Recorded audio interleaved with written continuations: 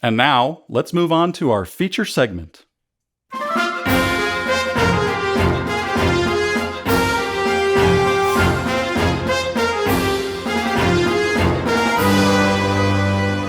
Ever seen that list going around for the past decade or so called 10 Myths About Introverts? Well, Carl King is the original introvert who wrote it. Hi, sorry to disappoint you.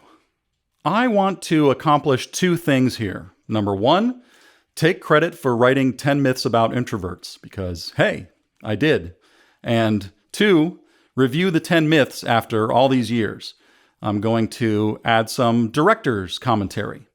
How do they hold up? Well, we're going to find out.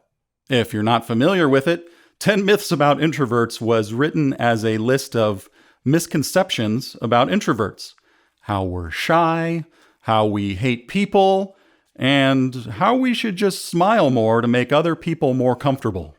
As a creative person, I've always hoped to reach a large audience with something I've made. And 10 Myths About Introverts has reached an absurd amount of people. Millions of people have read it, around 3 million to be specific, which is a lot for a blog. And that's just on my own website. I originally wrote it in 2009, and it sat there on carlkingcreative.com for 2 years. And like most of my blog posts, few people noticed it. And then one day in 2011, it went viral. I opened my email to an avalanche of people personally thanking me for it, asking me for advice, and telling me how much it changed their lives. I was like, what? I was trying to figure it out, and it turned out it got picked up by one of the bloggers on Wired magazine. At first, people would ask for permission to share it or repost the 10 myths. And I'd say, sure, just give me credit and link back to me. I mean, that seems to make sense. But soon my intro and my name got deleted from the myths, and people turned them into inspiring motivational images and spread them all over social media. Now, I actually looked, and people are still, as of last week, making YouTube videos of my 10 myths and not crediting me. There are animated videos and all sorts of stuff out there. And one guy even stole the title and wrote his own 10 myths about introverts, I guess to capitalize on just the title itself, which is really weird.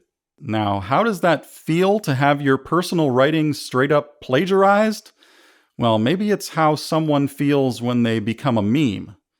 It's like an aspect of you is taken by the world and you get nothing in return. So to set the story straight, here's the history of 10 Myths About Introverts by Carl King. On May 31st, 2009, I emailed my friend Zeke and told him I had just read Introvert Advantage by Marty Olson Laney. And that's what started it all, because that book blew my mind. Some of the myths were basic ideas on introversion from Wikipedia and also Introvert Advantage, but some were my own observations, as I'll explain later. But I did start the post with an image of the book and a link to it. I first posted the 10 Myths About Introverts as a note on Facebook the next day on June 1st, 2009. And I don't know when, but I eventually added it as a page on my WordPress-driven website under my Resources tab. But here's a screenshot from archive.org from June 2010, the first time it was captured there. And I'll also put a link in the show notes. While it was cool that people were finding value in something I wrote, I honestly felt kind of annoyed because as a musician, I had been working so hard for 20 years trying to get the world's attention. And something I typed in probably 30 minutes somehow hit the jackpot. I had a book deal at the time with MWP for So You're a Creative Genius, Now What? And it was kind of crazy timing that I had a book coming out at the same time my little blog was going viral.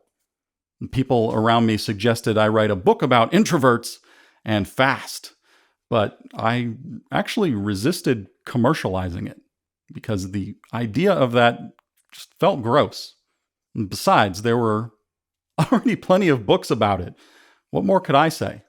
It was kind of funny, but I was actually the number one Google result for the word introvert for quite a while. I remember it was actually above the Wikipedia page on introversion. Parents started writing to me for advice on raising their introvert kids.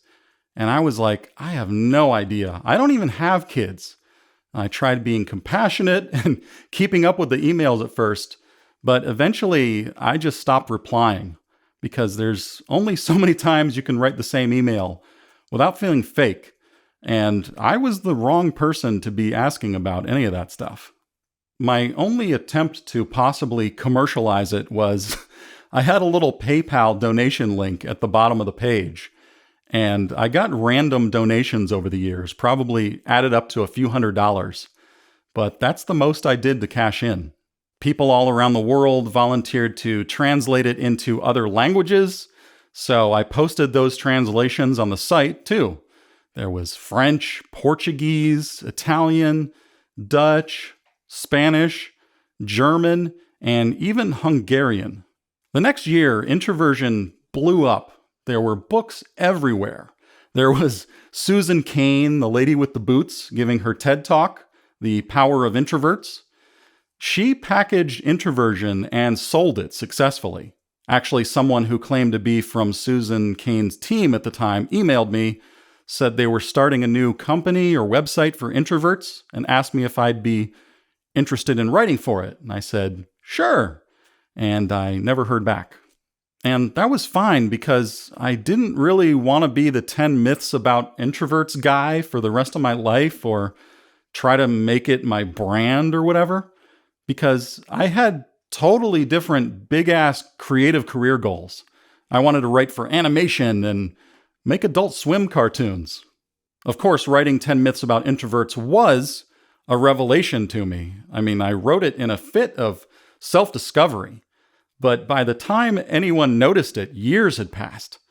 People wanted to believe I was the introvert guru or something, and I wasn't about to pretend to be. I was just some dude that wrote a blog. As time passed, I truly wondered if what I wrote had any validity, because I'm no scientist, and I thought maybe what I wrote is a list of my own eccentric personality traits with the label introvert slapped onto it. It kind of creeped me out that so many people were identifying possibly not with introversion, but with what could be Carl Kingism. So let's go through the 10 myths about introverts. What does Carl King, the original introvert, think of them now? Myth number 1. Introverts don't like to talk. This is not true. Introverts just don't talk unless they have something to say. They hate small talk. Get an introvert talking about something they are interested in, and they won't shut up for days. I'm skeptical of what I wrote here about how introverts hate small talk, because what I'm describing could be Asperger's or PTSD or social anxiety or just a lack of social skills. Again, I'm no scientist. I feel like myth number 1 is a description of my own social behaviors depending on my mood. And I do suspect some level of autism runs in my family.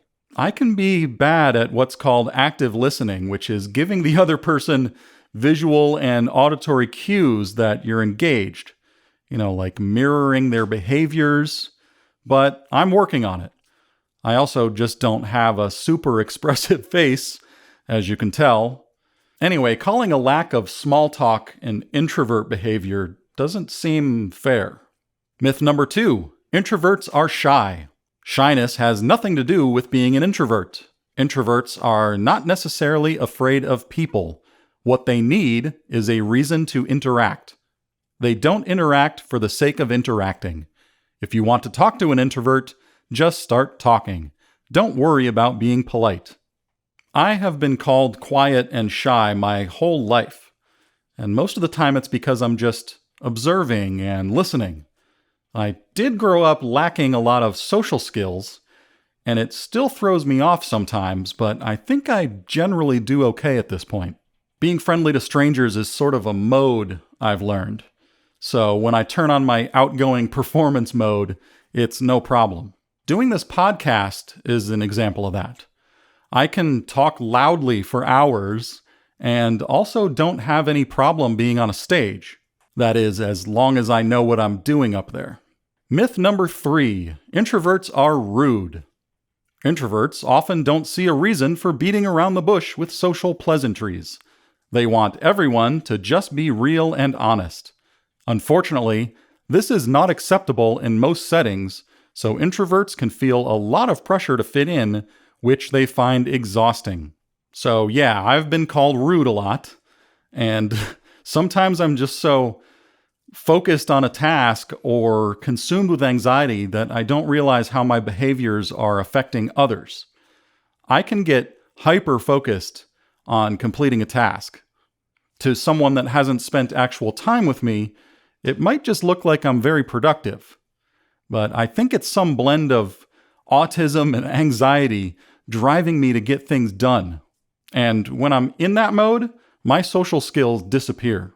When I come off as rude, it could also just be that I'm feeling anxious or uncomfortable in a situation. If something is nagging me, like if I need to go to the bathroom, I have a hard time taking my mind off of it. Plus, I have an angry looking face, so people always think something is wrong, like I must be in a really bad mood, when I'm actually just over here daydreaming about drum solos. Myth number 4, introverts don't like people. On the contrary, introverts intensely value the few friends they have. They can count their close friends on one hand. If you are lucky enough for an introvert to consider you a friend, you probably have a loyal ally for life. Once you have earned their respect as being a person of substance, you are in. Geez, this thing about respect as being a person of substance sounds super judgmental. And this one was another description of my own extreme social behaviors at the time. But I don't know if that's really an introvert thing. Myth number 5, introverts don't like to go out in public. Nonsense. Introverts just don't like to go out in public for as long. They also like to avoid the complications that are involved in public activities. They take in experiences very quickly, and as a result, don't need to be there for long to get it. They're ready to go home, recharge, and process it all. In fact, recharging is absolutely crucial for introverts. Okay, this is definitely me, but here's the problem. I supposedly have PTSD, which causes me to be extremely sensitive to sound and other input. I can only take so much stimulation before my amygdala explodes. I'm especially panicky around loud sounds like cars revving or crowds screaming or loud music. My nervous system goes into fight or flight response pretty quickly. So I avoid those things, which means not going out in public much, because going anywhere drains me. But it's tough to differentiate all of these different aspects. A bit of genetic autism, PTSD, introversion. How can you know what really causes a behavior? Myth number 6, introverts always want to be alone. Introverts are perfectly comfortable with their own thoughts. They think a lot. They daydream.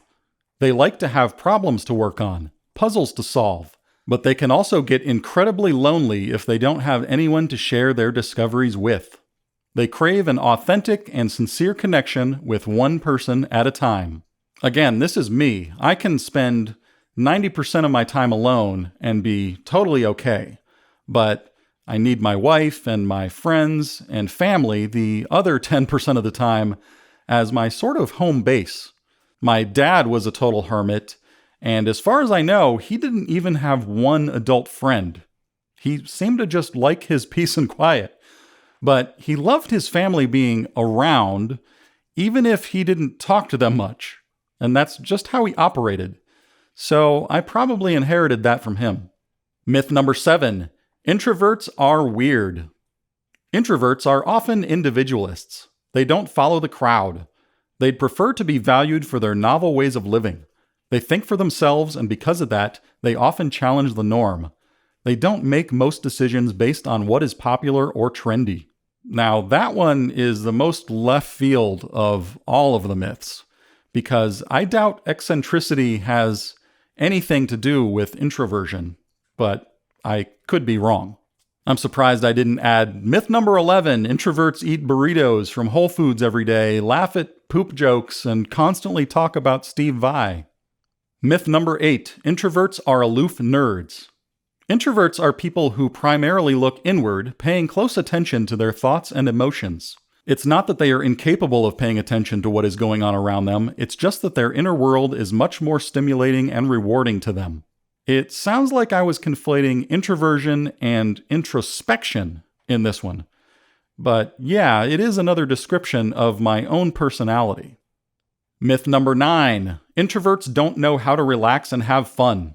Introverts typically relax at home or in nature, not in busy public places.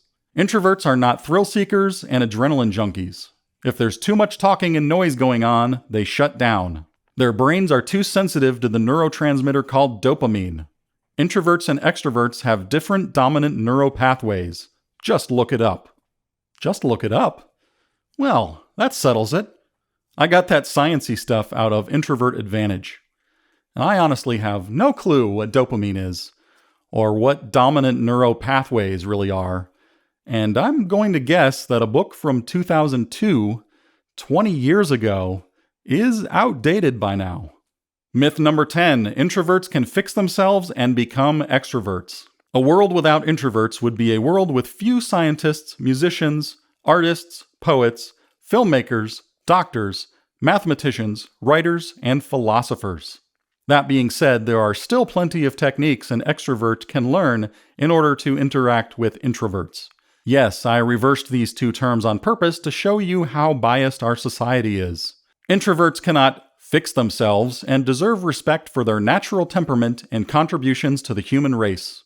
In fact, one study, Silverman, 1986, showed that the percentage of introverts increases with IQ. Again, I was projecting my own judgmental beliefs onto this one.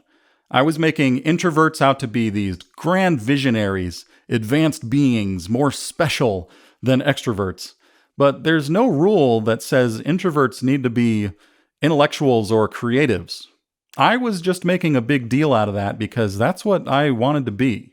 But regarding this number 10 myth, I'm on board with the idea that you don't necessarily need to fix yourself just because you're different. Now, you can learn skills to blend in and get along with others, or you can not. Maybe you want to stand your ground and fight for the rest of your life, and that is up to you.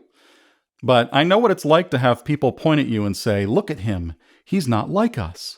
Well, maybe that's okay, and that's the point I was really trying to make.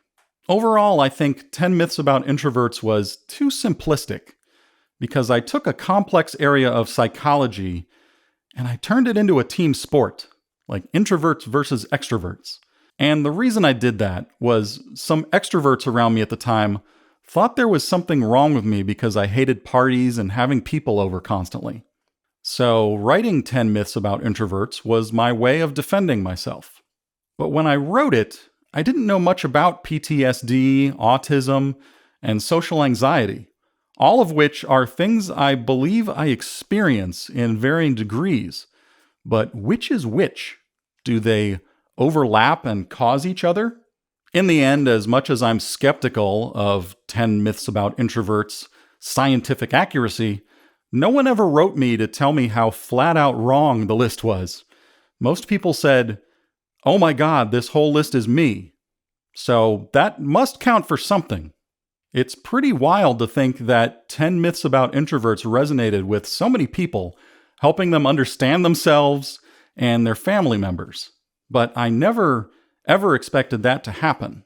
It's more evidence that you can't predict which thing you make will reach and affect millions of people.